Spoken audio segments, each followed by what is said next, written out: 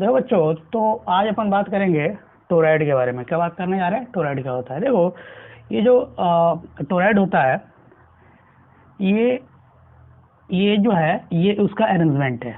ठीक, इसमें एक इनर रेडियस है, एक आउटर रेडियस है, और इनर और आउटर का मीन अपन ने निकाल के रखा है, वो है स्मॉल आर।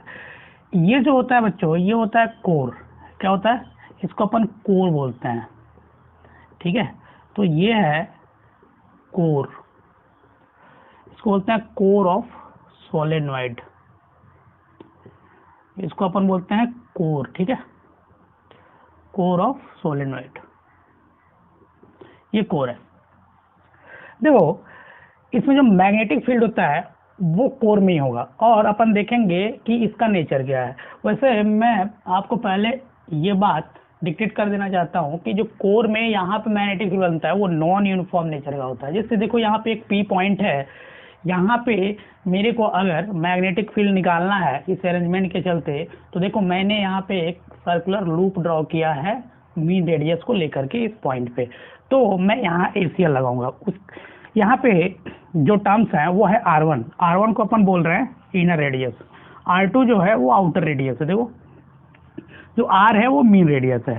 तो मीन को अपन कैसे निकाल सकते हैं? यहाँ दो दो क्वांटिटी है, तो R1 plus R2/2, this is the mean radius.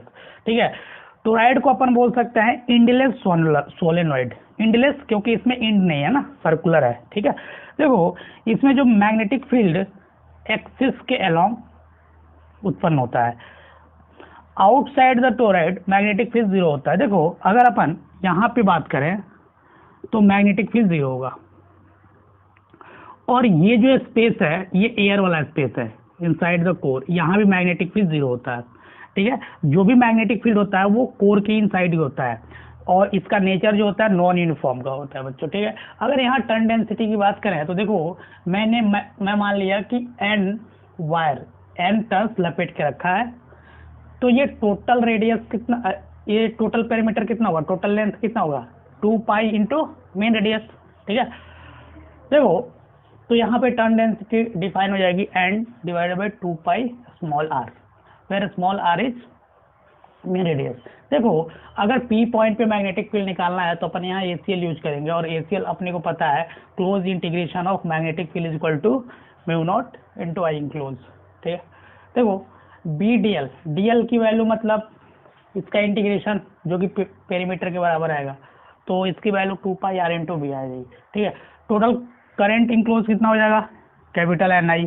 तो मैंने एसीएल यूज किया। जब एसीएल यूज किया बच्चों, तो मैग्नेटिक फील्ड की जो वैल्यू आ रही है, वो जो एक्सप्रेशन आ रहा है वो सेम आ रहा है किसके जैसे, सोलेनॉइड के जैसे, लेकिन यहाँ पे जो टर्न डेंसिटी है बच्चों वो अलग आएगा।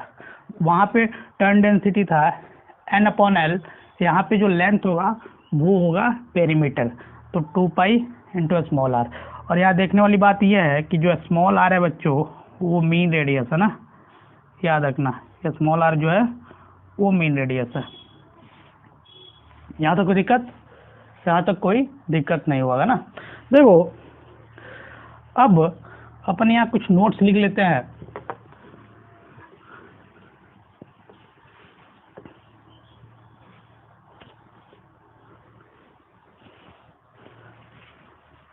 देखो, कुछ नोट लिखते हैं। जो पहला नोट है बच्चों ये है कि हमने सोलेनॉइड के केस में देखा था कि वो एक मैग्नेटिक डाइपोल के जैसे एक्ट करता है, लेकिन टोरॉइड जो होता है वो मैग्नेटिक डाइपोल नहीं है। तो याद रखना, आपसे एमसीक्यू पूछा जा सकता है तो लिखना it is not a magnetic dipole. जब मैग्नेटिक डाइपोल नहीं है बच्चों, तो इसका डाइपोल मोमेंट कितना आएगा, इसका जो डाइपोल मोमेंट आ रहा होगा वो आएगा 0। Hence magnetic dipole moment is equal to 0। यहाँ तक कोई दिक्कत? यहाँ तक कोई दिक्कत नहीं है।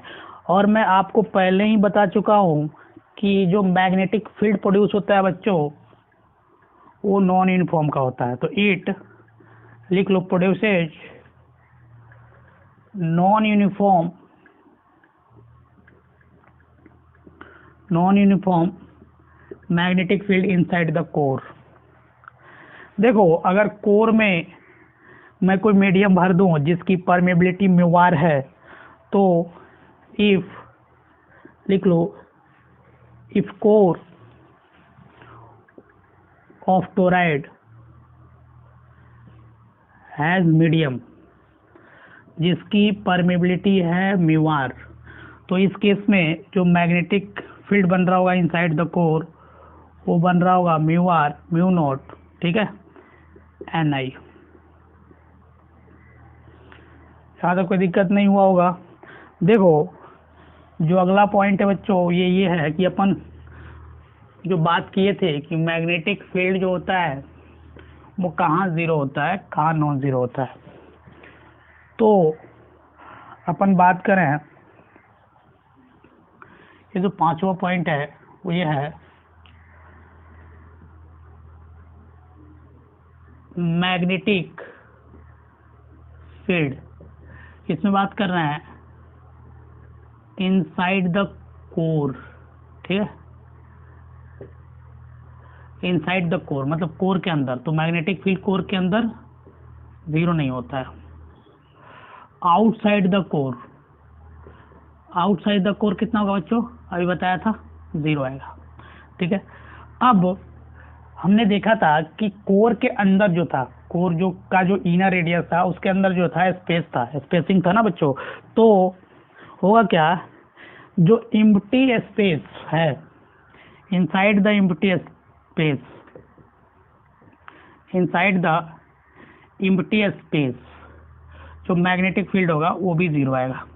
इसको अपन यहाँ समझने की कोशिश करते हैं कि मैंने क्या बात लिखा है। देखो, अगर अपन वापस सोलेनॉइड का स्ट्रक्चर बनाए बच्चों और वहाँ पे मैग्नेटिक फील्ड अगर डिक्टेट करता हूँ, तो देखो यही तो था सोलेनॉइड, ये था वो सोलेनॉइड, ठीक है। ये इसका कोर था ना, ये इसका कोर था बच्चों। इसमें करंट जो था ऐसे था, मान लो ऐसे करंट है ना, ऐसे मान लो करंट है,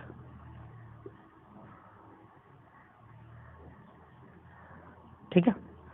ये इसकी इनर रेडियस थी, इसकी आउटर रेडियस थी। अगर अपन कोर में देखें तो यहाँ पे मैग्नेटिक फील्ड जीरो नहीं था। ये जो स्पेस है, जो एम्प्टी स्पेस है, यहाँ मैग्नेटिक फील्ड जीरो था और आउटसाइड द कोर भी मैग्नेटिक फील्ड जीरो है। तो ये था छोटा सा कंसेप्ट टोराइड का, ठीक है। तो अपन ने क्या देखा कि जो टोराइड है उसमें जो magnetic field outside the core है वो जीरो है, इनसाइड नॉन जीरो है और एम्प्टी स्पेस में भी जीरो आ रहा है। और ये जो मैग्नेटिक फील्ड बन रहा है वो नॉन यूनिफॉर्म नेचर का है। कैसा है, नॉन यूनिफॉर्म नेचर का है। और अपन ये भी बात कर चुके हैं कि जो सोलेनॉइड था वो मैग्नेटिक डाइपोल के जैसा एक्ट कर रहा था, लेकिन मैग्नेटिक डाइपोल जैसा एक्ट नहीं करता है, dipole moment of this toroid will be zero. देखो, अब अपन बात करने जा रहे हैं फोर्स के बारे में कि अगर एक चार्ज है और एक मूविंग चार्ज है और दो फील्ड्स हैं, मैग्नेटिक फील्ड और इलेक्ट्रिक फील्ड। तो इलेक्ट्रिक फील्ड में अपन पहले ही बात कर चुके हैं कि फोर्स जो है कैसे लगता है। फिर भी अपन यहाँ थोड़ा सा रिकैप देख लेते हैं। अपन बात करने जा रहे हैं, जो अगला टॉपिक है वो है force on moving charge. Moving charge पे अपन फोर्स देखेंगे। चलो, अपन जो पहला केस ले रहे हैं वो है इलेक्ट्रिक फील्ड का। अपन पहले ही देख चुके हैं, ये यूनिफॉर्म नेचर का है, ठीक है। तो अपन ने देखा था बच्चों कि अगर एक इलेक्ट्रिक फील्ड है, अगर वो यूनिफॉर्म नेचर का है, ठीक है, अगर इलेक्ट्रिक फील्ड है यूनिफॉर्म नेचर का है और यहाँ एक चार्ज छोड़ दूँ प्लस क्यू, तो ये इस बात पे मैटर नहीं करता है कि इसकी इनिशियल स्पीड क्या है या इसके पास स्पीड है भी कि नहीं है, ये मूव कर रहा है कि नहीं कर रहा है, इस पे हर समय फोर्स लगेगा। हाँ, तो अपने को पता है कि अगर प्लस चार्ज है तो जो फोर्स आता है वो in the direction of electric field आएगा। अगर मान लो माइनस क्यू चार्ज छोड़ देता यहाँ पे, मान लो यहाँ माइनस क्यू चार्ज छोड़ देता तो इस पे फोर्स लगता ऐसी। क्या फोर्स का डायरेक्शन इसके अलावा कुछ हो सकता है? नहीं, बिल्कुल नहीं। तो अपन यहाँ देखें तो जो फोर्स आ रहा है उसका मैग्नीट्यूड जो है चार्ज का मैग्नीट्यूड इनटू इलेक्ट्रिक फील्ड का मैग्नीट्यूड। और जो अगला पॉइंट है ये अपन ये देख रहे हैं कि जो फोर्स है वो या तो पैरेलल टू इलेक्ट्रिक फील्ड आ रहा है या anti parallel to electric field आ रहा है। This is the symbol of anti parallel. तो या तो anti parallel to electric field आ रहा है। ठीक है बच्चों, देखो यहाँ पे अगर work done by F E निकाला है तो इट में भी जीरो और नॉन जीरो। और इस केस में जो मोशन है चार्ज पार्टिकल का वो है एक्सेलरेटेड। क्या है बच्चों? Accelerated in straight line. ये है स्ट्रेट लाइन। बात याद रखना बच्चों कि अगर एक यूनिफॉर्म इलेक्ट्रिक फील्ड में चार्ज को छोड़े तो ये अपने को फोर्स निकालने के लिए इसकी वेलोसिटी की ज़रूरत नहीं है। ठीक है, क्योंकि यहाँ पे अपन देख रहे हैं जो फोर्स है चार्ज पे वो वेलोसिटी से इंडिपेंडेंट आ रहा है। तो इनिशियल स्पीड कुछ भी हो बच्चों, इस पे इलेक्ट्रिक फोर्स लगेगा ही लगेगा। और जब लगेगा तो एक कांस्टेंट एक्सेलरेशन प्रोड्यूस होगा। उस एक्सेलरेशन की वैल्यू जो होगी वो Q E into mass of charge आएगा। ठीक है, तो ये था अगर यूनिफॉर्म इलेक्ट्रिक फील्ड में एक चार्ज पार्टिकल को रखें तो इसका जो मोशन होगा वो स्ट्रेट लाइन पे होगा और एक्सेलरेटेड होगा। वर्क डन फोर्स द्वारा निकाल भी सकते हैं, ठीक है, इजीली। अब देखो अपन ये भी देखे थे कि जो इलेक्ट्रिक ये फोर्स है ये इलेक्ट्रिक फील्ड के या तो अलोंग लगेगा या तो उसके एंटी पैरेलल लगेगा। ठीक है, देखो अगर केस 2 लें, केस 2 लेते हैं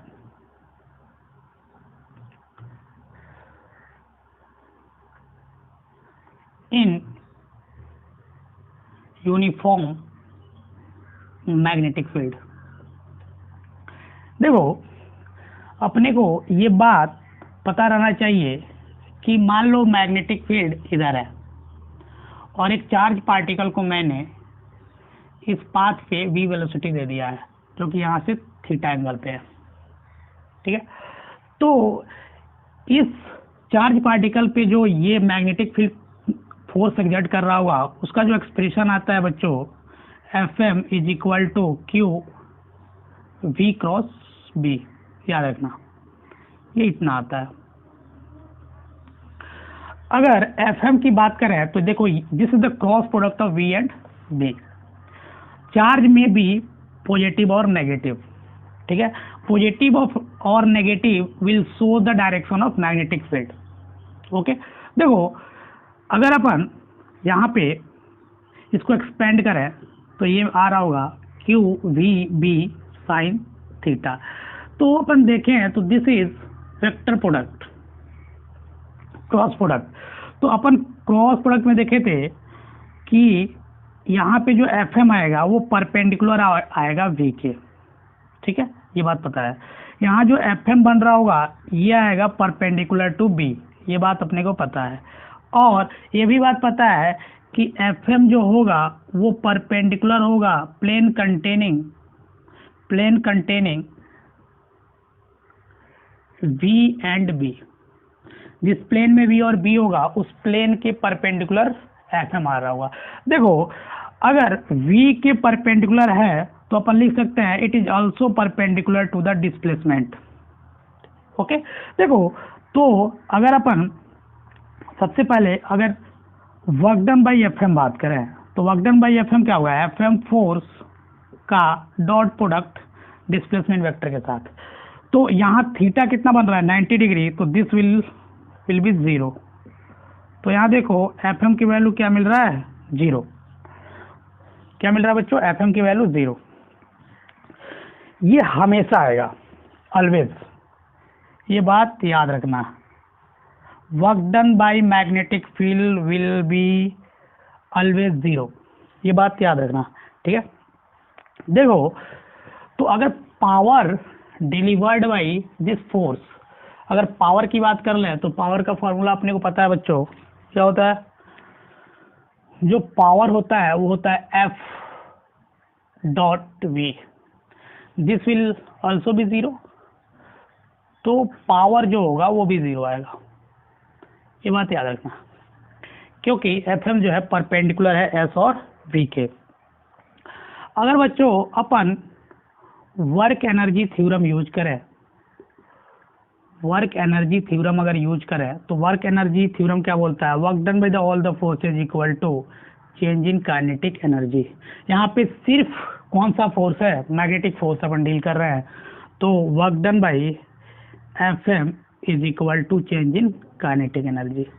तो ये तो ऑलवेज जीरो है, तो change in kinetic energy equal to zero, मतलब kinetic energy final minus kinetic energy initial is equal to zero, मतलब kinetic energy final is equal to kinetic energy initial, जो फाइनल है वो इनिशियल, मतलब अपन बोल सकते हैं काइनेटिक एनर्जी जो होगा इस केस में कांस्टेंट आ रहा होगा। क्या आ रहा होगा बच्चों, kinetic energy will be constant in this case. Kinetic energy constant होगा तो अपन बोल सकते हैं कि स्पीड भी कांस्टेंट होगा, हाफ एम वी स्क्वायर, ठीक है, स्पीड भी कांस्टेंट होगा। अब एक बात बताओ कि स्पीड कांस्टेंट है तो क्या वेलोसिटी कांस्टेंट होना जरूरी है, नहीं, तो वेलोसिटी को आप लिख सकते हो, वेलोसिटी मे और मे नॉट बी कांस्टेंट, ठीक है, कांस्टेंट हो भी सकता है और नहीं भी हो सकता है बच्चों, ठीक है। एक्सेलरेशन के बारे में भी बोल सकते हो, नॉट कांस्टेंट, यहाँ कोई दिक्कत, यहाँ तक कोई दिक्कत नहीं है। देखो, अगर इस केस में अगला पॉइंट देखें तो अपन देखे थे कि अगर वेलोसिटी इधर है बच्चों,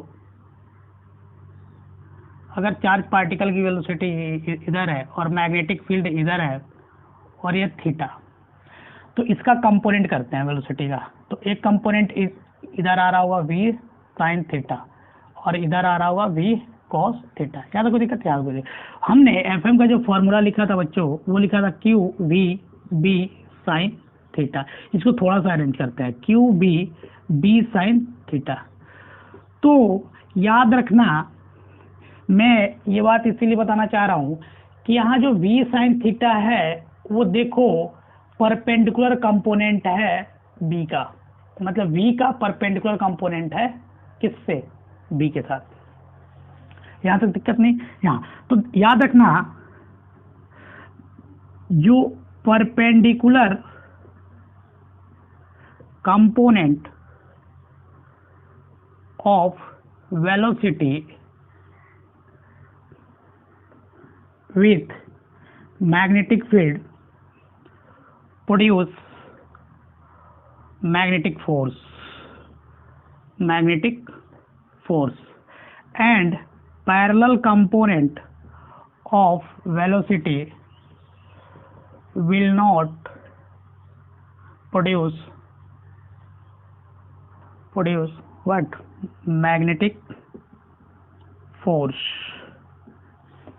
क्या कोई दिक्कत, ये बात आसानी से आपको क्लियर होगी कि परपेंडिकुलर कंपोनेंट के द्वारा ही, परपेंडिकुलर कंपोनेंट ही रिस्पॉन्सिबल है फोर्स जनरेट करने के लिए, पैरेलल कंपोनेंट जनरेट नहीं कर पाएगा। देखो, अगर एफएम को जीरो बनाना है बच्चों, तो एफएम को जीरो बनाने का मतलब हो गया Q V B sine theta को जीरो बना दो। मतलब कितने वे से अपन कर सकते हैं, आप तो क्यू को जीरो कर दो। क्यू को जीरो करने का मतलब हुआ कि अगर एक मैग्नेटिक फील्ड में न्यूट्रॉन फेंक दोगे तो उस पर मैग्नेटिक फोर्स नहीं लगेगा, ठीक है, क्योंकि चार्ज ही नहीं है। दूसरा अगर बात करें बच्चों तो वी जीरो कर दो। वी जीरो करने का मतलब हुआ कि अगर एक चार्ज पार्टिकल को अपन रेस्ट में मैग्नेटिक फील्ड में प्रोड्यूस कर रख दें, ठीक है, तो वो जो मैग्नेटिक फील्ड होगा उस पर कोई फोर्स एग्जर्ट नहीं कर रहा होगा, मतलब चार्ज इज एट रेस्ट। अगर चार्ज रेस्ट में हो तो मैग्नेटिक फोर्स नहीं लगेगा, याद रखना। लेकिन ऐसा इलेक्ट्रिक फील्ड में था क्या, नहीं, इलेक्ट्रिक फील्ड तो फोर्स लगा रहा था, चार्ज का स्टेट कुछ भी हो। लेकिन नहीं, मैग्नेटिक फोर्स तभी लगेगा जब चार्ज मोशन में होगा। क्या होगा बच्चों? चार्ज मोशन में होगा। आप मैग्नेटिक फील्ड को ही जीरो कर दो तो भी एफ एम जीरो आ जाएगा, ठीक है। और क्या कर सकते हो, साइन थीटा को जीरो कर दो। साइन थीटा को जीरो करने का मतलब हुआ कि थीटा को आप या तो 0 डिग्री रख दो या 180 डिग्री रख दो, ठीक है, तो भी उस पे फोर्स जीरो आ रहा होगा। तो ये वेज हैं 4। जब अपन इस स्टेट में देखेंगे तो मैग्नेटिक फोर्स उस चार्ज पार्टिकल पे जीरो आ रहा होगा। यहाँ तक कोई दिक्कत नहीं हुआ होगा। मतलब अगर एक मैग्नेटिक फील्ड बच्चों इधर है, ठीक है, अगर एक मैग्नेटिक फील्ड ऐसा है जो कि यूनिफॉर्म नेचर का है, ठीक है, मैं अगर इस पे थीटा क्या है याद रखना, theta is the angle between B and B. हाँ, देखो मैंने एक चार्ज पार्टिकल लिया और इसको इधर फेंक दिया, तो यहाँ थीटा की वैल्यू कितना है, देखो वी और बी के बीच में कितना डिग्री का एंगल हुआ, 0। अगर एक चार्ज लेता है ऐसा और इसको इधर प्रोजेक्ट कर देता, तो यहाँ थीटा इस केस में कितना है, 180 डिग्री। तो यहाँ पे एफ एम कितना होगा, इस केस में एफ एम 0 आ रहा होगा ना, इस केस में एफ एम कितना आ रहा होगा बच्चों, 0। चलो अपन मैग्नीट्यूड तो देख लिए, डायरेक्शन कैसे निकालेंगे, जो मैग्नेटिक फोर्स आ रहा है उसका डायरेक्शन कैसे निकालेंगे, ये बात है। देखो तो जो पहला है अपन बात करने जा रहे हैं डायरेक्शन ऑफ मैग्नेटिक फोर्स, कि मैग्नेटिक फोर्स का डायरेक्शन कैसे निकालेंगे। जो पहला है वो है राइट हैंड, ये सबसे ज्यादा यूज होगा मेरे द्वारा, राइट हैंड पाम रोल पहला है। मैं इसी फर्स्ट रूल को यूज करूंगा। देखो इसमें क्या होगा, इस रूल के अनुसार थंब, ठीक है, फिंगर्स का यूज हो रहा होगा और फेस ऑफ पाम, ठीक है, फेस ऑफ पाम। तो अपन जो थंब होगा वो in the direction of v निकालेंगे, in the direction of v मतलब वेलोसिटी, ठीक है। जो फिंगर्स होगा उसको अपने को पॉइंट करना है टुवर्ड्स द, ठीक है, मैग्नेटिक फील्ड। जो फेस ऑफ पाम होगा वो दिखाएगा डायरेक्शन ऑफ, ठीक है बच्चों, डायरेक्शन ऑफ मैग्नेटिक फोर्स जब पॉजिटिव चार्ज होगा तब, ठीक है। यहाँ तक कोई दिक्कत नहीं है। जो चलो इसमें देख लेते हैं एग्जांपल। देखो जैसे मान लो कि मैग्नेटिक फील्ड इनवर्ड है, मैग्नेटिक फील्ड इनवर्ड है ऐसा, ठीक है, ये यूनिफॉर्म मैग्नेटिक फील्ड। देखो मैंने क्या किया, एक चार्ज लिया और इसको ऐसे फेंका ऊपर वी से। अगर इस रूल का यूज करके पूछे कि इस मैग्नेटिक फील्ड पे फील्ड के द्वारा फोर्स कितना एग्जर्ट हो रहा होगा, तो अपने को पता है कि ये चार्ज मोशन में है, और अगर मैग्नेटिक फील्ड में कोई चार्ज मोशन में है तो फोर्स लगेगा उस पर, ये बात पक्का है, इस पे फोर्स लगेगा। रही बात किधर फोर्स लगेगा, तो अपन right hand palm rule use करते हैं। अपने को जो वेलोसिटी है ऊपर ऐसे, चलो मैं थंब ऐसे किया, ठीक है, मैग्नेटिक फील्ड किधर है, into the plane of the board, मैंने into the plane of the board खोल दिया, तो फेस ऑफ पाम मेरे साइड आ रहा है इधर, तो जो फोर्स इस पे लग रहा होगा वो इधर लग रहा होगा, ये है एफ एम। क्यों लग रहा है, क्योंकि ये प्लस चार्ज है। अगर मैं क्या करता, यहाँ माइनस चार्ज देता और इसकी स्पीड ऊपर ही रखता, इस केस में भी वी ऊपर, थंब ऊपर किया, ठीक है, into the plane of the board magnetic field, तो मैंने फिंगर्स को खोल दिया। जो फेस ऑफ द पाम आ रहा है वो मेरे साइड आ रहा है, लेकिन मेरे साइड नहीं आएगा, क्यों, क्योंकि ये नेगेटिव है, नेगेटिव चार्ज है। तो अपन क्या करेंगे, ये मैं लिखाया हूं कि पॉजिटिव चार्ज के केस में ही ये डायरेक्शन मिलेगा। अगर नेगेटिव आया और ये अपने को पता है कि दिस इज वेक्टर क्वांटिटी, तो अपन नेगेटिव का मतलब रिवर्स द डायरेक्शन, तो अपन क्या करेंगे, इसको रिवर्स कर देंगे। तो इस केस में जो एफ एम लग रहा होगा वो रिवर्स में लग रहा होगा, मतलब इस पे फोर्स ऐसे लग रहा होगा, ठीक है, इसकी ट्रैजेक्टरी ऐसे बन रही होगी। यहाँ तक कोई दिक्कत? यहाँ तक कोई दिक्कत नहीं है। देखो अगर अपन एक और छोटा सा एग्जांपल लें और उसका डायरेक्शन समझने की कोशिश करें by right hand palm rule, तो देखो एक और ले लेते हैं, ठीक है। ये डॉट, डॉट का मतलब आउटवर्ड मैग्नेटिक फील्ड है। क्या बच्चों? डॉट का मतलब क्या हुआ? आउटवर्ड मैग्नेटिक फील्ड है, मैग्नेटिक फील्ड आउटवर्ड है। सेम केस, यहाँ पे एक प्लस क्यू चार्ज लिया, इसको ऊपर फेंका, यहाँ एक माइनस क्यू चार्ज लिया, इसको अपवर्ड। देखो v के डायरेक्शन में ये, और ऊपर हो गया मैग्नेटिक फील्ड, तो इधर खोला, तो ये देखो ये प्लस चार्ज है और इधर, तो इस पे फोर्स लग रहा होगा इधर। सिमिलरली इस पे फोर्स लग रहा होगा इधर, चेक कर लेना एक बार, ठीक है। तो ये था right hand palm rule. Right hand palm rule में अपने को करना क्या है, थंब v के डायरेक्शन में रखना है, फिंगर्स को उधर खोलना है जिधर मैग्नेटिक फील्ड है। जो आपका फेस ऑफ पाम होगा वो डायरेक्शन होगा मैग्नेटिक फोर्स का, जब उस पे पॉजिटिव चार्ज होगा, चार्ज जो होगा वो पॉजिटिव आ रहा होगा तब। देखो जो दूसरा रूल है वो है फ्लेमिंग्स लेफ्ट हैंड रूल, ठीक है। ये है फ्लेमिंग्स लेफ्ट हैंड रूल, जिसका मैं रेयर यूज करता हूँ। इसके अनुसार जो middle finger, left hand use करना है, ठीक है। लेफ्ट हैंड का मिडिल फिंगर, जो मिडिल फिंगर है बच्चों वो रखना है वेलोसिटी के डायरेक्शन में, ठीक है। जो फोर फिंगर है उसको आपको रखना है मैग्नेटिक फील्ड के डायरेक्शन में, और जो थंब है इस बार ये बताएगा FM in case of positive charge, otherwise negative charge होगा तो अपन डायरेक्शन को रिवर्स कर देंगे, ठीक है। आप इस रूल को यहाँ चेक कर लेना, सेम ही डायरेक्शन मिल रहा होगा, ठीक है।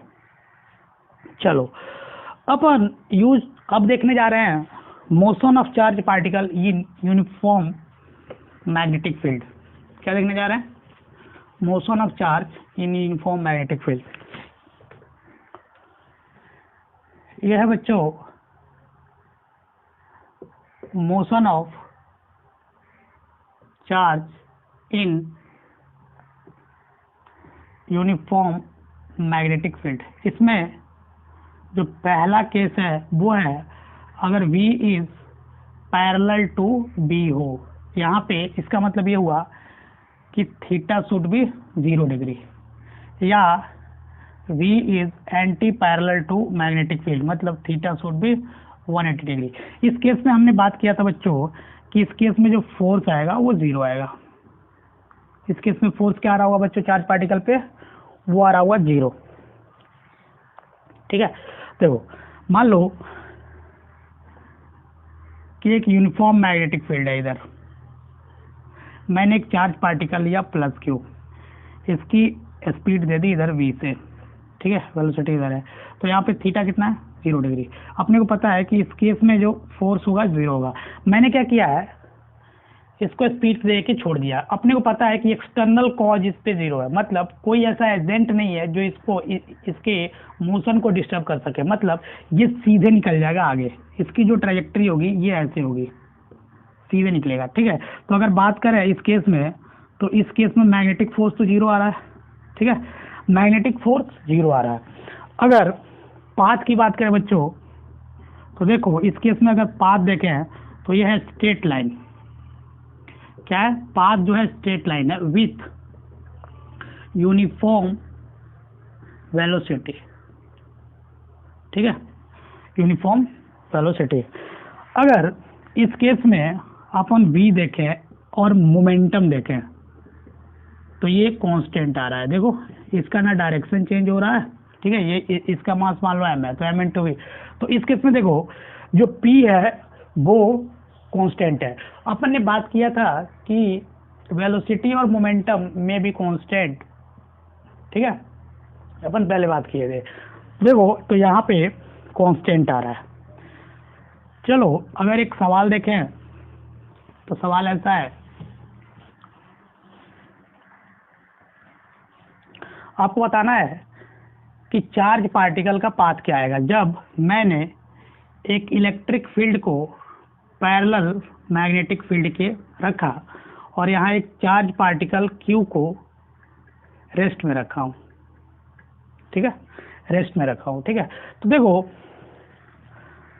अगर अपन देखें तो रेस्ट में है तो इनिशियली तो मैग्नेटिक फोर्स नहीं आ रहा हुआ, इनिशियली बात कर रहा हूँ, लेकिन इलेक्ट्रिक फील्ड क्या करेगा, इसको एक्सेलरेट कर देगा। इलेक्ट्रिक फील्ड एक्सेलरेट किया तो यहाँ पे एक्सेलरेटेड मोशन आ जाएगा चार्ज का। जैसे ही मोशन में आएगा तो इस पे मैग्नेटिक फोर्स जो है एक्ट करने लगेगा। लेकिन इस केस में जो इसकी स्पीड होगी बच्चों वो अपने को पता है, तो पॉजिटिव चार्ज है, अगर इसका मैं सॉल्यूशन बनाऊं तो एफ जो लगेगा वो लगेगा पैरेलल टू इलेक्ट्रिक फील्ड, या इसी को बोल सकते हैं पैरेलल टू मैग्नेटिक फील्ड, ठीक है। तो जो वेलोसिटी बन रहा होगा चार्ज पार्टिकल का due to this accelerated motion, ठीक है, वो आ रहा होगा पैरेलल टू मैग्नेटिक फील्ड। अपने को पता है कि parallel to electric magnetic field मतलब थीटा शुड बी 0, तो यहाँ पे एफ एम जो होगा 0 आएगा। तो एफ एम 0 आ रहा है लेकिन F is not equal to 0 और एफ की value Q into E है। तो मैग्नेटिक फोर्स 0 है, तो यहाँ पे जो पाथ बन रहा होगा इसका, ये कैसा बन रहा होगा, ये बन रहा होगा straight line, straight line with acceleration, with acceleration मतलब अपन इसको बोल सकते हैं एक्सेलरेटेड मोशन। सॉरी, यहाँ जो मोशन आ रहा होगा वो बन रहा होगा एक्सेलरेटेड मोशन और पाथ जो होगा स्ट्रेट आ रहा होगा। देखो एक और सवाल देखते हैं। इस बार क्या कर रहा हूं मैं, प्रोटॉन को फेंक रहा हूं। इस बार मैंने रिलीज किया था, मतलब इनिशियली इसके पास कोई स्पीड नहीं था ना बच्चों। देखो जो अगला सवाल है वो electric field with electric field is parallel to magnetic field.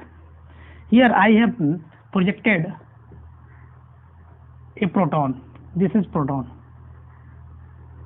With speed v। आपको ये बताना है कि इसका पाथ क्या होगा, what will the path of the और ट्रैजेक्टरी ऑफ द प्रोटॉन। चलो देखते हैं। देखो आपको पता है कि v जो है वो पैरेलल है b के, तो fm की वैल्यू तो 0 आएगी, ठीक है। चलो क्या इलेक्ट्रिक फील्ड लगेगा, बिल्कुल लगेगा, E इंटू ई इलेक्ट्रिक फील्ड लगेगा। अगर प्रोटॉन को मास को मैं mp बोलूँ तो mp into a is equal to E into E. What will be the acceleration in this case, which will be constant. तो अगर इसकी पाथ की बात करें तो स्ट्रेट लाइन में आ रहा होगा, स्ट्रेट लाइन विथ एक्सेलरेशन, मतलब ये जो पाथ इसका पाथ होगा, ये इसका जो मोशन होगा वो होगा एक्सेलरेटेड मोशन। क्या बन रहा होगा बच्चों, इसका जो मोशन होगा वो एक्सेलरेटेड वन आ रहा होगा, मतलब वेलोसिटी जो होगा वो क्या हो रहा होगा, वेलोसिटी जो है बढ़ रहा होगा, ठीक है। यहाँ तक कोई दिक्कत, यहाँ तक कोई दिक्कत नहीं है। चलो केस 2 देखते हैं। केस 2 में क्या है कि इस बार चार्ज पार्टिकल को अपन मैग्नेटिक फील्ड से परपेंडिकुलर प्रोजेक्ट करेंगे, मतलब थीटा शुड बी 90 डिग्री। देखो जो केस 2 है वो है if v is perpendicular to b, मतलब थीटा शुड बी 90 डिग्री। यहाँ पे मैं uniform magnetic field into the plane of the board बना रहा हूँ। देखो मैंने यहाँ एक चार्ज पार्टिकल लिया प्लस क्यू, इसको इधर प्रोजेक्ट किया। देखो इस चार्ज पार्टिकल फोर्स क्या है, v इधर b इधर, तो इस पे फोर्स लग रहा होगा इधर जब मैं इसको छोड़ा हूँ, तो ये इसकी ट्रेजेक्टरी कुछ ऐसी रही होगी। चलो जैसे चार्ज पार्टिकल यहाँ आया होगा तो देखो v इधर, ठीक है, और b इधर, तो फोर्स इधर लगना चालू। सिमिलरली ऐसे जब यहाँ आया होगा तो यहाँ आया होगा तो फोर्स इधर लगा होगा, ठीक है। जब चार्ज पार्टिकल यहाँ आया होगा बच्चों तो फोर्स इधर लगा होगा। मतलब अगर चार्ज पार्टिकल की ट्रेजेक्टरी देखें बच्चों तो ये सर्कुलर मोशन करते नजर आएगा, यूनिफॉर्म सर्कुलर मोशन। क्योंकि अपने को पता है कि अगर एक चार्ज पार्टिकल को प्रोजेक्ट कर दे तो स्पीड कांस्टेंट रहती है। क्या रहती है? स्पीड कांस्टेंट रहती है। ठीक है, तो देखो अगर इसका मास m मान लो, ठीक है, और ये जिस ट्रैक पे मूव किया उसका रेडियस में r मान रहा हूं, तो अपन पहला नोट देखें मोशन।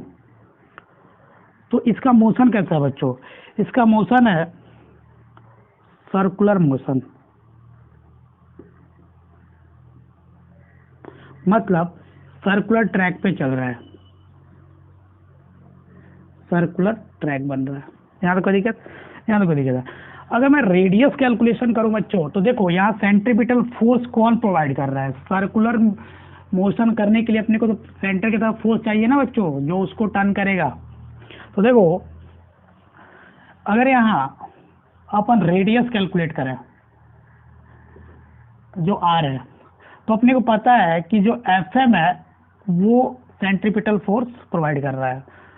तो एफ एम को अपन क्या लिखे थे? Q V B sine 90 degree is equal to M B square by R. ठीक है, इसको अपन लिखे है, तो ये देखो कैंसिल, तो आर की जो वैल्यू आएगी वो आ रही है, इसको थोड़ा सा अरेंज करते हो तो R is equal to M B by Q B. यहाँ को दिक्कत? देखो जो रेडियस है वो mass of charge particle, velocity, ठीक है, चार्ज और मैग्नेटिक फील्ड पे डिपेंडेंट है। यहाँ तो कोई दिक्कत? यहाँ तो कोई दिक्कत नहीं होगा। देखो अपने को पता है कि अपन एम बी को क्या लिखते हैं? P, momentum. तो आर को लिख सकते हैं, sorry, P by Q B. एक और रिलेशन पता है, मोमेंटम का square divide by 2m is equal to kinetic energy. अगर यहाँ मोमेंटम को देखें तो अपन रिप्लेस कर सकते हैं 2 times kinetic energy into mass of charge particle का रूट। तो देखो यहाँ जब एक और r निकालें तो आपको मिल रहा होगा रूट अंडर 2m के E divided by Q into b. एक और फॉर्मूला मिल गया रेडियस का, ये काइनेटिक एनर्जी के टर्म में है। सिमिलरली बच्चों अगर अपन चार्ज को एक्सेलरेट करें bye potential difference, if charge is accelerated with potential difference v, तो अपने को पता है कि काइनेटिक एनर्जी को अपन लिखते हैं Q इंटू पोटेंशियल डिफरेंस। तो वहां अगर रिप्लेस करें बच्चों तो R की वैल्यू जो आ रही होगी root under 2m Q V, accelerating potential लिख लो, ठीक है, एक्सेलरेटिंग पोटेंशियल, ठीक है, divide by Q into B. देखो इसको थोड़ा सा अरेंज करोगे, अगर इसको मैं ऐसे लिख दूं तो कोई दिक्कत है क्या? देखो 2m v accelerating divided by Q, ये फॉर्मूला एक और आ रहा होगा। तो देखो अगर पूरे फॉर्मूले को मैं एक जगह लिखूं तो लिख दूंगा M B by Q B is equal to momentum upon Q B is equal to root under 2m के E upon Q B is equal to root under 2m Q into V accelerating divided by Q B. इसको अपन एक और तरीके से लिखे थे 1/b root under 2m v accelerating divided by q। तो इतने फॉर्मूले बन रहे हैं किसके? रेडियस से, जिस ट्रैक पे सर्कुलर मोशन कर रहा होगा चार्ज पार्टिकल। ठीक है, अगर बच्चों टाइम ऑफ रिवोल्यूशन देखें, मतलब कितने टाइम में वो एक सर्किल कंप्लीट किया, this is time of revolution. ठीक है, देखो जो अपन अगली बात कर रहे हैं वो है टाइम ऑफ रिवोल्यूशन। देखो ये चार्ज पार्टिकल था आर रेडियस पे था, ठीक है। ये जा रहा था वी स्पीड से, मैग्नेटिक फील्ड अंदर था, ठीक है। देखो अगर इसका टाइम रिवोल्यूशन निकाला है तो ये टोटल डिस्टेंस कितना ट्रेवल किया, 2r, किस स्पीड से, V R, total distance upon speed होता है यही टाइम। देखो r की वैल्यू डाल दो 2π/v, r की वैल्यू अब अभी निकालो mv/qv, v से v गया तो टाइम ऑफ रिवोल्यूशन या टाइम पीरियड जो मिल रहा है वो मिल रहा है 2πm/qv। यहाँ टाइम ऑफ रिवोल्यूशन में सबसे मजेदार बात यह है कि ये डिपेंडेंट नहीं है, does not depend on velocity of charge particle, मतलब चार्ज पार्टिकल के वेलोसिटी से ये इंडिपेंडेंट आ रहा है। यहाँ तो कोई दिक्कत, यहाँ तो कोई दिक्कत नहीं है। देखो अगर फ्रीक्वेंसी ऑफ रिवोल्यूशन बात करें तो फ्रीक्वेंसी क्या होता है, देखो फ्रीक्वेंसी होता है 1 अपॉन टाइम पीरियड। तो देखो अगर फ्रीक्वेंसी ऑफ रिवोल्यूशन देखते हो तो फ्रीक्वेंसी होता है 1 upon time period is equal to QB divide by 2πm, ये आ रहा हुआ फ्रीक्वेंसी। अगर ओमेगा देखते हो एंगुलर फ्रीक्वेंसी, ये क्या है, एंगुलर फ्रीक्वेंसी, तो ये क्या होता है 2πf। इससे क्या करो, इस 2π को मल्टीप्लाई कर दो, तो देखो अपन लिख सकते हैं 2πf इज इक्वल टू, ये 2π को मैं क्या किया यहाँ लाके मल्टीप्लाई कर दिया, तो 2πf is equal to QB/m आ रहा होगा। तो 2πf को अपन क्या लिख सकते हैं, ओमेगा, तो ओमेगा की वैल्यू QB/, तो कितना आ रहा हुआ, QB/m आ रहा होगा ना, ये आ रहा हुआ QB/m। चलो यहाँ तो कोई दिक्कत, यहाँ तो कोई दिक्कत नहीं है। देखो इसमें कुछ नोट लिख लेते हैं, जो जानने और ध्यान देने योग्य बातें हैं उसको अपन लिख लेते हैं। अपन देखे हैं, देखो अपन क्या क्या देखे हैं, अपन देखे हैं कि जो मैग्नेटिक आ रहा है परपेंडिकुलर टू वी, तो इस केस में वर्क डन बाई FM 0 आएगा ऑलवेज, अपन देख चुके थे, ये हमेशा आएगा। ये ऐसा होगा तो काइनेटिक एनर्जी जो है ये कांस्टेंट आएगा। काइनेटिक एनर्जी कांस्टेंट का मतलब चेंज इन काइनेटिक एनर्जी 0 आएगा, ठीक है।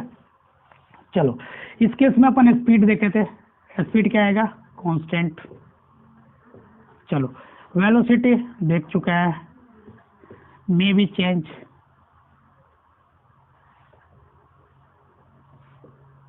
मे बी चेंज मतलब चेंज भी हो सकता है और नहीं भी हो सकता है, ठीक है, अपन देख चुका है, ठीक है। वेलोसिटी हो गया। मोमेंटम सेम, मोमेंटम चेंज भी हो सकता है और नहीं भी हो सकता है, यहाँ कोई दिक्कत, मतलब कोई दिक्कत नहीं हुआ होगा। देखो जो दूसरा नोट है ये है कि मैंने एक यहाँ प्रोटॉन लिखा, चार्ज पार्टिकल के बारे में बता रहा हूँ ना, प्रोटॉन लिखा, एक न्यूट्रॉन लिखा और एक अल्फा पार्टिकल लिखता हूँ।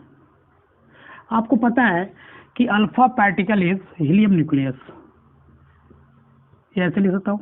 न्यूट्रॉन आइसोटोप होता है, ठीक है, ये हाइड्रोजन, ठीक है। देखो अगर मैं यहाँ चार्ज देखूँ बच्चों, यहाँ चार्ज देखूँ तो प्रोटॉन पे चार्ज प्लस का ही, न्यूट्रॉन पे भी प्लस का ही आएगा और यहाँ प्लस का 2 ही, देखो यहाँ 2 है। अगर मैं मास बोलूँ प्रोटॉन का तो मैं MP बोलता हूँ, तो इसका भी मास कितना आ रहा होगा 2 MP, और इसका मास कितना आ रहा होगा, इसका मास जो आ रहा होगा वो आ रहा होगा 4 MP, ठीक है। ये जानने योग्य बातें हैं। देखो जो तीसरा नोट ये है कि अगर अपन देखे थे कि रेडियस ऑफ कर्वेचर जो होता है, ठीक है, या अपन डिफ्लेक्शन की बात करें या डेविएशन की बात करें, वो इनवर्सली प्रोपोर्शनल टू आर आ रहा है। क्या आ रहा है बच्चों, तीसरा है वो है डिफ्लेक्शन या डेविएशन, ये आ रहा है इनवर्सली प्रोपोर्शनल टू आर। यहाँ तो यहाँ तो चलो एक सवाल देखते हैं। एक सवाल ऐसा है कि यूनिफॉर्म मैग्नेटिक फील्ड है ऐसा,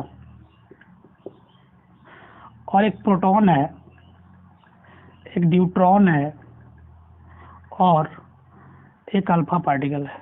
ये 3 पार्टिकल है। इनको मैंने इनिशियली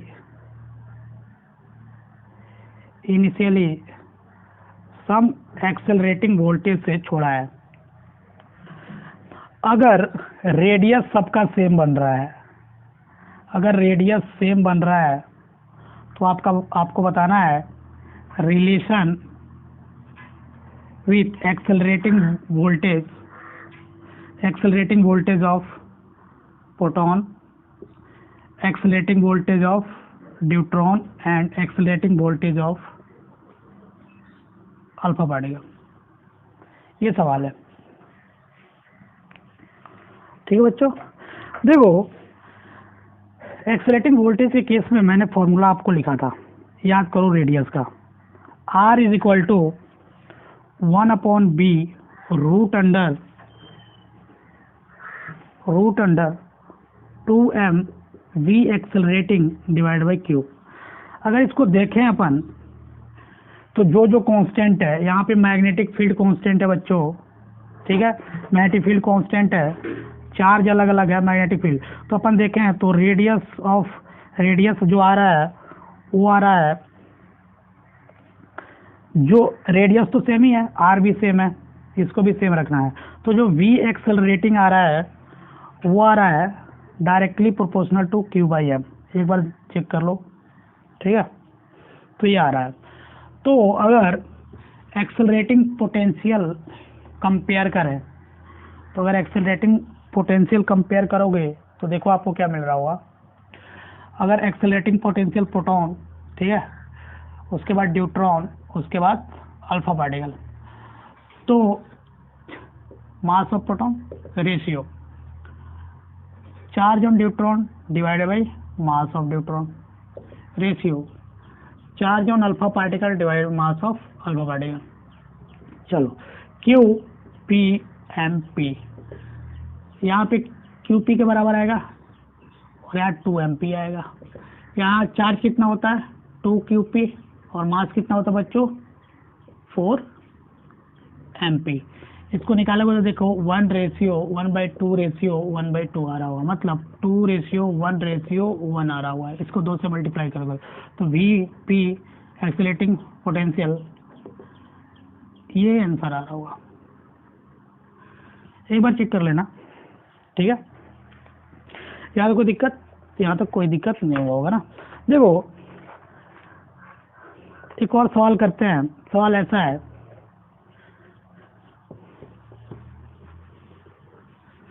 छोटा सवाल है बच्चों। सवाल ऐसा है कि 3 चार्ज पार्टिकल है, ये proton, neutron and alpha particle, ये 3 पार्टिकल है, एंटर कर रहे हैं यूनिफॉर्म ट्रांसवर्स, यहाँ वर्ड आ रहा है transverse magnetic field with condition दिया हुआ है। पहला सेम वेलोसिटी, दूसरा सेम मोमेंटम, तीसरा विथ सेम काइनेटिक एनर्जी, चौथा केस है विथ सेम एक्सेलरेटिंग पोटेंशियल। तब बताना है आपको ये तीनों केस में फाइंड, चारों केस में बच्चों, रेशियो ऑफ दियर रेडियाई। आप रेडियस का रेशियो बताना है आपको, ठीक है। देखो, अपन रेडियस निकाले थे, सेम मोमेंटम का भी फॉर्मूला था, काइनेटिक एनर्जी का भी फॉर्मूला था, और क्या था एक्सेलरेटिंग वाला भी था। तो सब पता है, मैग्नेटिक फील्ड सेम है सबके लिए। तो अगर आप इसका सॉल्यूशन बनाओगे तो देखो पहला केस देखो, पहले केस में हर एक केस में तो मैग्नेटिक फील्ड कांस्टेंट है और पहले केस में वी भी कांस्टेंट है, तो ये कांस्टेंट है। तो वी वाला फॉर्मूला लगेंगे। वी वाला फॉर्मूला कितना था, R is equal to M B by Q into B. ये कांस्टेंट, ये कांस्टेंट, तो ये सबके लिए कांस्टेंट। तो अगर देखें तो रेडियस का जो रेशियो आएगा वो मास बाई चार्ज का रेशियो आएगा, सिंपल सा। तो देखो अगर इस केस में मैं प्रोटॉन, न्यूट्रॉन और अल्फा पार्टिकल का रेडियस का रेशियो निकालूं तो देखो ये मैं प्रोटॉन का लिख रहा हूँ, ठीक है, और ये न्यूट्रॉन का और ये अल्फा पार्टिकल का। देखो मास of proton divided by mass by charge है ना, charge of proton ratio mass of neutron, charge of neutron ratio mass of alpha particle और charge of alpha particle.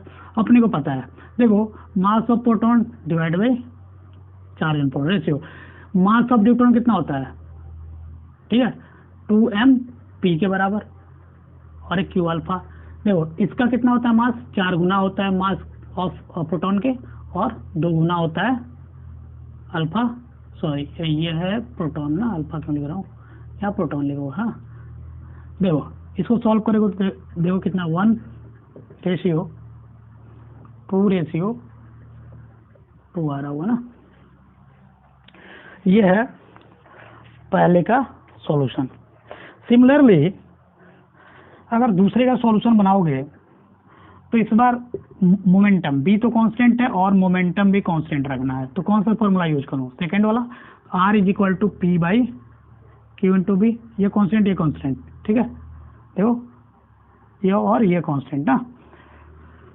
Are is inversely proportional to, तो निकाल दोगे R, R P proton neutron alpha particle 1 upon Q P 1 upon Q D 1 upon Q alpha. इसको निकालोगे तो देखो 1 upon Q P ratio 1 upon Q P ratio 1 upon 2 Q P, तो ये 2 ratio 1 आ रहा होगा ना। इसको सॉल्व करके देख लेना, ठीक है। देखो जो तीसरा फॉर्मूला यूज करना है वो काइनेटिक एनर्जी का, सेम काइनेटिक एनर्जी लगना है ना। तो आर का फॉर्मूला कितना था, रूट अंडर 2m के E divided by Q into b. इस केस में काइनेटिक एनर्जी कांस्टेंट रखना और बी कांस्टेंट है ही, तो जो ई आ रहा है root under m by q का रेशियो आ रहा है। तो R proton, radius of neutron और रेडियस ऑफ जो अल्फा पार्टिकल आ रहा होगा वो आ रहा होगा root under mass of proton divide by charge on proton, root under mass of neutron, ये root under mass of alpha particle divide by charge on alpha particle, ठीक है। इसको आप सॉल्व करोगे तो आपको जो सॉल्यूशन इस केस में मिल रहा होगा बच्चों, वो मिल रहा होगा 1/√2 रेशियो 1। एक बार सॉल्व कर लेना, ये आपको सॉल्यूशन मिल रहा होगा। अगर अपन चौथा बोले